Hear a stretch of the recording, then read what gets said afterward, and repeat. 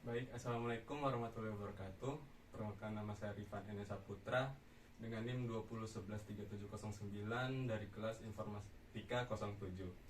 Di sini saya akan memenuhi tugas atau UAS kecakapan antar personal dengan mewawancarai Mas Adi sebagai mahasiswa atau tokoh inspiratif yang aktif berorganisasi maupun aktif di kuliah. Monggo dikenalkan namanya Mas Adi dan Oke. kesibukannya. Oke, terima kasih Mas Irfan. Perkenalkan, nama saya Fuadi Mulis. Saya dari Universitas Amikom Yogyakarta juga. Sekarang saya berjabat di Ketua Umum Senat Mahasiswa Universitas Amikom Yogyakarta. Oke, monggo Mas Irfan. Kalau boleh tahu, sekarang ini organisasi yang diikuti hanya senat mahasiswa atau ada lagi? Oke, untuk organisasi ya Mas Irfan ya. Kebetulan saya ada beberapa organisasi memang yang saya ikuti. Di antaranya itu ada juga yang internal kampus dan ada juga yang eksternal. Untuk yang internal itu sendiri saya mengikuti ada 3. Yang pertama itu ada Gerakan Anti Narkoba Amikom namanya. Terus yang kedua itu ada Pramuka Amikom. Terus yang ketiga itu adalah Senat Mahasiswa. Jadi Itu ada yang 3. internal ya? Itu yang internal. Kalau yang di luar? Kalau yang eksternal itu saya mengikuti di Hisma Parta namanya, Himpunan Mahasiswa P4GN Yogyakarta, seperti itu. Itu apa kalau boleh tahu? Himpunan apa? Oke, kalau Hisma Parta itu intinya Satgas Anti Narkoba di kalangan mahasiswa. Yang ruang lingkup kerjanya itu di tingkat daerah istimewa Yogyakarta. Oh ya, mau tanya lagi. Kalau sebelum mengikuti organisasi, itu dari semester 1, apa sebelumnya waktu SMA, SMP pernah mengikuti juga?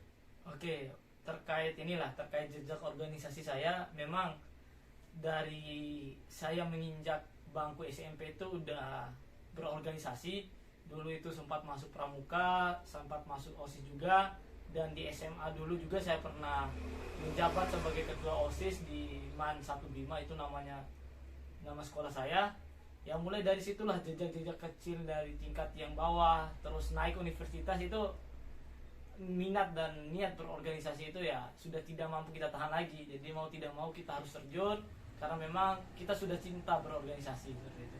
Jadi berarti Mas Adi ini sangat aktif dalam berorganisasi ya? Iya betul. Oke, saya mau tanya lagi. Mengapa masuk organisasi itu penting dalam bangku kuliah ini? Oke, jadi gini Mas Irfan, ini memang banyak teman-teman yang belum memahami juga, sehingga teman-teman itu bisa berasumsi bahwa berorganisasi itu hanya membuang waktu, berorganisasi itu hanya merusak kuliah. Itu banyak yang berasumsi seperti itu. Jadi mungkin lewat kesempatan ini kita coba sedikit mengupas kenapa sih masuk organisasi itu penting. Yang pertama, yang paling simpel aja, di dalam mata kuliah kita tidak ada diajarkan organisasi, Pak. Saya ibaratkan perkuliahan, kita duduk di bangku kuliah, masuk di dalam kelas, kita hanya belajar teori, Pak. Dan teori itu berputar terus setiap harinya, setiap minggunya. Tidak ada actionnya.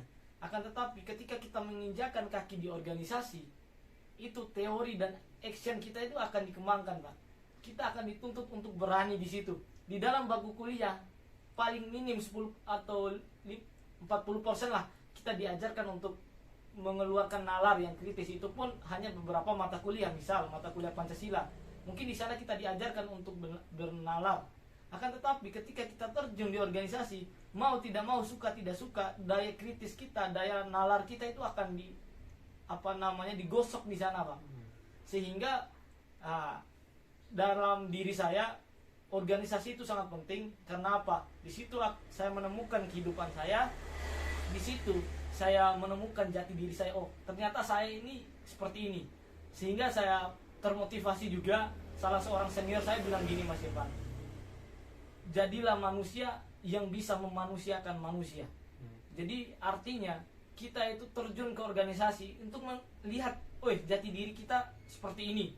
Sehingga apa? Sehingga kalau kita udah tahu tentang diri kita, yang nantinya, output nantinya kita akan memberikan hal lebih kepada orang lain.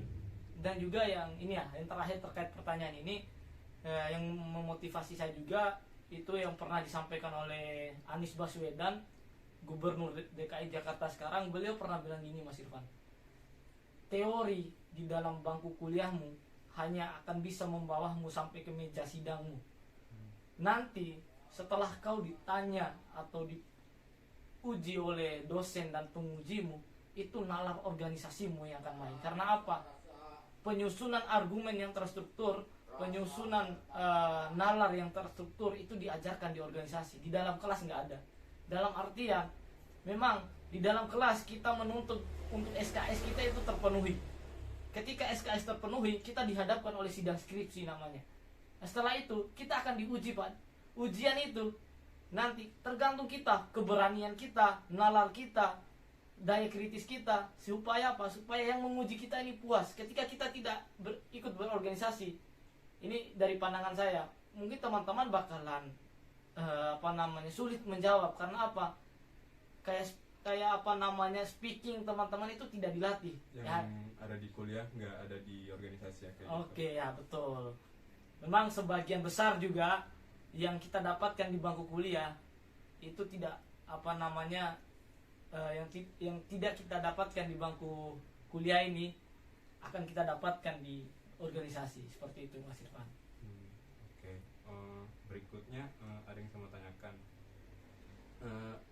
Apa saja manfaat yang kita dapat jika kita mengikuti organisasi? Nah, kalau boleh tahu, apa ada kerugian dalam mengikuti organisasi tersebut? Oke, nah ini juga saling berkaitan sih Mas Irfan dengan pertanyaan tadi. Manfaat daripada berorganisasi itu ya, kalau saya hitung-hitung ya tidak bisa saya hitung, Pak. Akan tetapi ya memang saya sampaikan aja yang umum-umumnya saja. Ya, seperti yang saya sampaikan tadi, manfaat berorganisasi ya seperti ini. Kita berani berbicara di depan umum, kita berani mengungkapkan pendapat dan pandangan. Kadang orang-orang itu memiliki pandangan yang luar biasa, akan tetapi tidak memiliki keberanian untuk mengungkapkannya. Ya, kebanyakan seperti itu. Dan dulu pun saya seperti itu, Mas Irfan. Ketika saya memiliki ide, saya pengen menyampaikan, akan tetapi karena saya tidak memiliki keberanian, akhirnya ide itu stop sampai kepala saya saja. Akan tetapi ketika kita mengikuti organisasi, di sana kamu akan dikader menjadi seorang pemimpin yang berani mengungkapkan pandangan dan ide. Akhirnya segala ide, segala hasil karya saya bisa saya sampaikan di depan umum, dan itu bisa bermanfaat buat teman-teman yang lainnya. Itu mungkin secara secara generalnya manfaat berorganisasi. Dan juga salah satu yang paling utama itu teman-teman itu bakalan speaking teman-teman itu akan diasah di sana. Sehingga apa? Sehingga ya seperti ini kita berbincang berdua ini ya lahir dari sebuah organisasi. Keren. Terus ketika berbicara tentang kerugian, bagi saya berorganisasi itu tidak ada ruginya, Mas Irfan. Yang ada hanya keuntungan. Memang sebagian dari teman-teman bilang, berorganisasi itu membuang waktu saya, sehingga saya itu tidak bisa bergaul dengan teman-teman saya. Itu saya Justru berani mengungkapkan bahwa itu adalah ungkapan yang salah. Karena apa? Ketika kita terjun di organisasi, teman-teman yang tidak kita kenal, teman-teman yang berbeda daerah dengan kita akan disatukan di sana. Ketika kita berbicara tentang waktu, Pak, hidup ini harus kita manfaatkan dengan baik. Saya lebih memilih waktu saya terbuang untuk diskusi ketimbang waktu saya terbuang untuk tongkrongan yang tidak ada manfaatnya. Begitu Mas Irfan. Jadi ya tidak ada kerugian teman-teman ketika mengikuti organisasi, yang ada hanya keuntungan yang akan bernilai besar untuk diri sendiri. Seperti itu. Oke, ini masih seputar manfaat.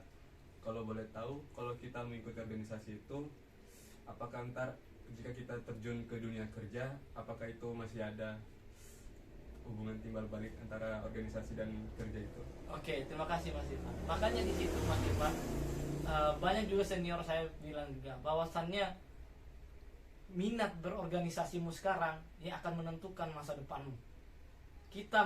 Organisasi ini saya ibaratkan kita masa transit kita, Mas Irfan. Masa transit kita untuk mengejar masa depan kita. Di organisasi kita digembleng, teman-teman. Dalam kalau bahasa kasarnya kita dihajar dengan pemikiran. Supaya apa? Supaya pemikiran kita, supaya ide kita itu bisa kita gunakan buat masa depan.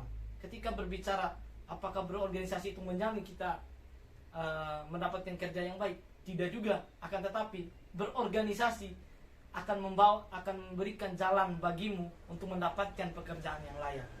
Ya salah satu contohnya nanti kita berorganisasi Pak. Misal saya ketua SEMA, nanti di CV saya itu saya tulis, pasti di lamaran kerja dan lain sebagainya itu pasti diminta tentang CV kita. Jadi situ kita masukkan ketua umum senat mahasiswa organisasi. Ya orang-orang akan berpendapat, oh keberanian dia sudah ada, speakingnya luar biasa. Karena apa? Karena memang sudah digembleng di organisasi Pak.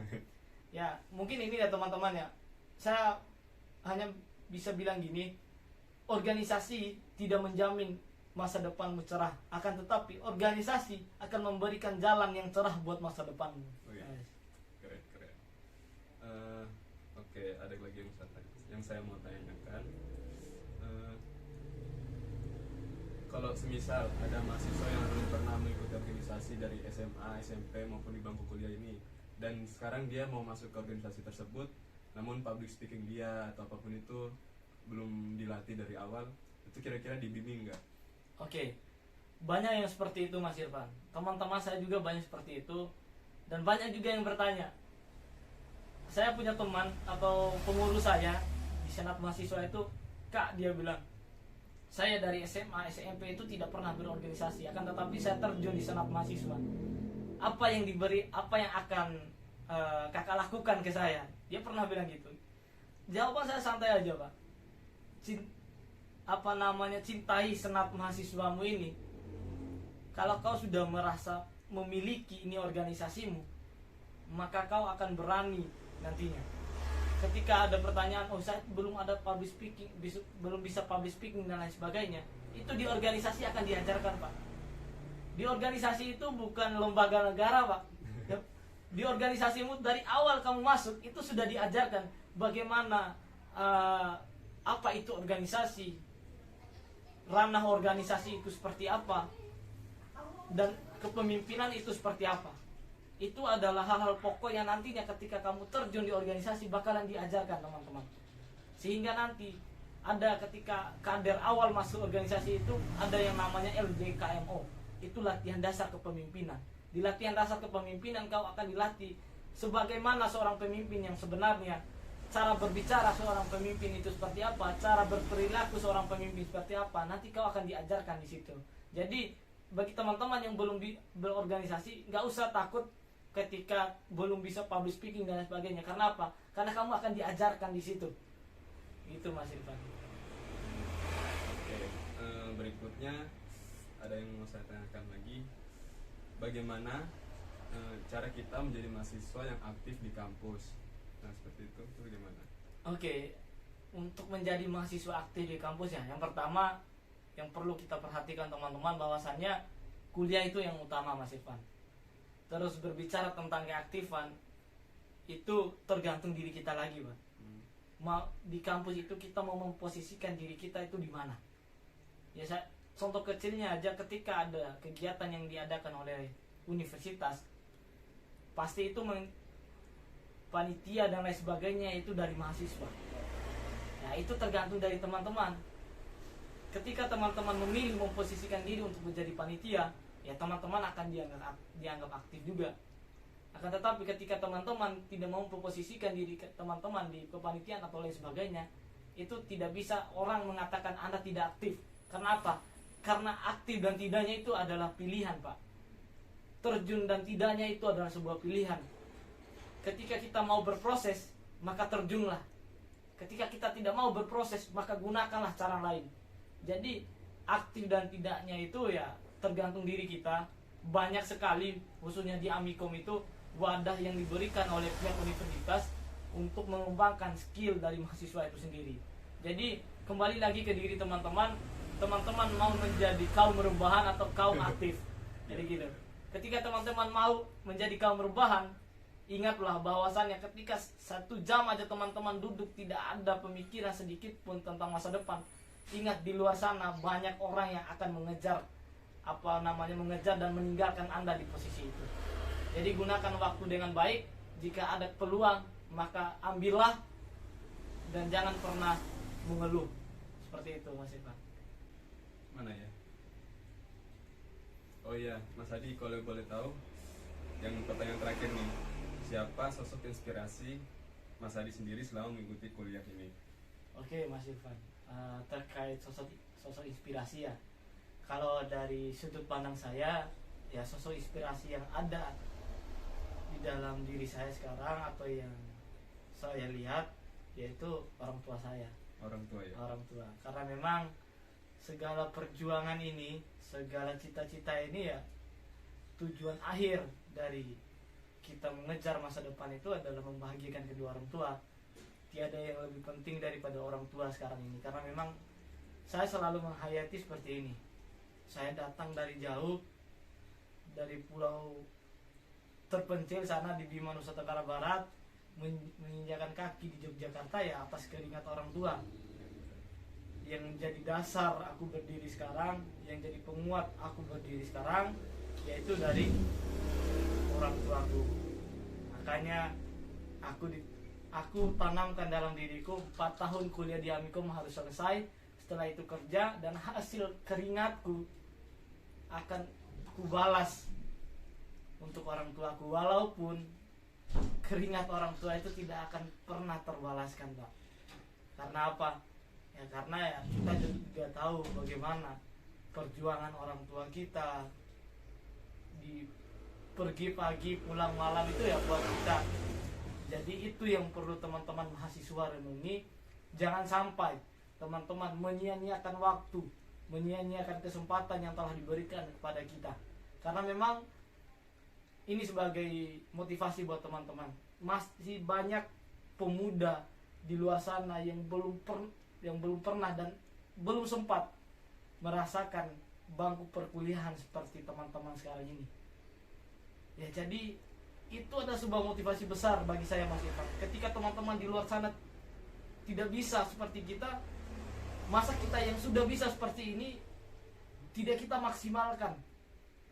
Malunya itu luar biasa, Pak. Kadang teman-teman, orang atau teman-teman kita yang tidak kuliah itu lebih sukses, Pak, sekarang ini. Ya minimal, walaupun kita tidak sukses dengan uang, kita sukses dengan pemikiran dan ide teman-teman semua. Nah, mungkin itu dari saya, Mas Irfan. Karena memang satu sosok inspirasi dalam hidup saya, satu sosok inspirasi dalam perjuangan saya, itu adalah orang tua saya. Oke, salut sama Mas Adi ya. Oke teman-teman, mungkin itu saja wawancara dari saya dan Mas Adi. Semoga dari penjelasan Mas Adi tadi bisa menambah manfaat dan menambah keinginan kita sendiri untuk masuk organisasi. Mungkin itu saja. Sekian penutup dari saya. Wassalamualaikum warahmatullahi wabarakatuh.